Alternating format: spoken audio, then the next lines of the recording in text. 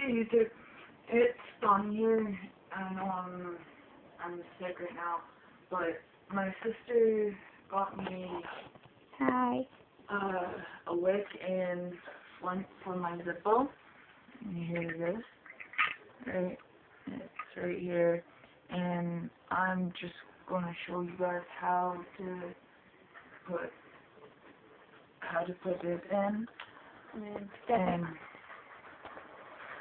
you need, you either want tweezers or something sharp to get the stuff out, like this, like the cotton. If the cotton is falling apart and it's ripped apart, then you can use cotton balls. Right? I suggest not to use what I'm using right now, because to grab the wick, you want something very long and it can pinch. So see how it's all like this. What you do is you put the wick in through here, right? And then you put one cotton ball, but you have to slide it towards my direction or your direction. Which is this way. Which is this way. And then all you do is you put one cotton in. Boom. Then you push it all the way down. Then you slide it that way. But if it's too short, then you don't have to slide. Well, you slide it and then tuck it in, which mine is, and I'm just showing you. The cotton doesn't go in right. Take it out, then try to place it back in. Right? See how the wick just got tucked in like that. And tuck it in. Then tuck another cotton ball in. Then grab a flat surface. Right? Not a surface, a flat thing. A flat thing, yeah, whatever. Because a flat surface means what you're working on. So, and then when it's all flat and put down, sorry, I forgot to take the, Where's the flint? I took the flint out, and that's a flint, right? But this is how big it is originally, right? That's how big it comes in, right? And then it's all flat. You take, sorry, that one kind of got stuck. You take this one that got stuck, right? You push it down either with your finger, make sure you don't have any open cuts, right? Or the gas will sting like hell.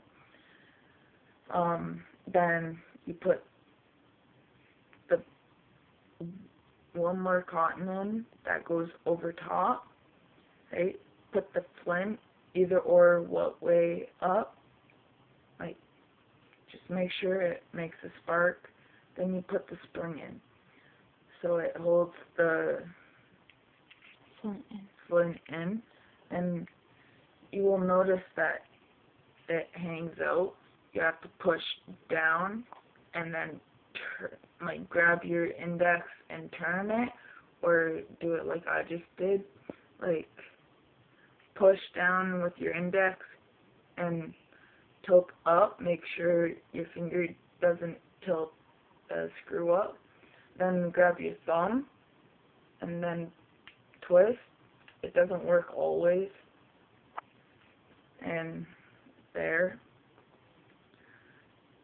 I refilled it just not too long ago before we made the video. And you either want this kind of brand of lighter fuel or Zippo lighter fuel. And the trick is you need to either carve a little thing to open it, and then this stuff is very flammable, so make sure it doesn't touch anything. You pretty much see that little hole right there? That little hole, you put it in like that, right? And you make sure the gas is getting in, which it is. It's in. And it'll leak, yes. Just put it in the case like that. Then leave it open a little bit for at least 1 minute or a couple of seconds. Actually, yeah, 1 minute. Yeah, I spilled it on my bed. A little. A little bit. I'll show you what it can do. By accident. And now we just sit here, wait for a minute. I love your hat. This way. If you don't want to wait a minute, hold it by the lid like this. Then, boom. Now, watch that spot. It catches on fire pretty fast, but it also dries pretty fast. And boom. You got the lighter working. You got the lighter working. Just don't, make sure you don't flip it upside down or the gas from the bottom goes all the way up through the wick. Oh, I forgot to mention, if you want it to get the wick lit faster, you just put like it close to the wick. A few drops. A few drops, yeah. Don't like overdose it. Like Then, soak it.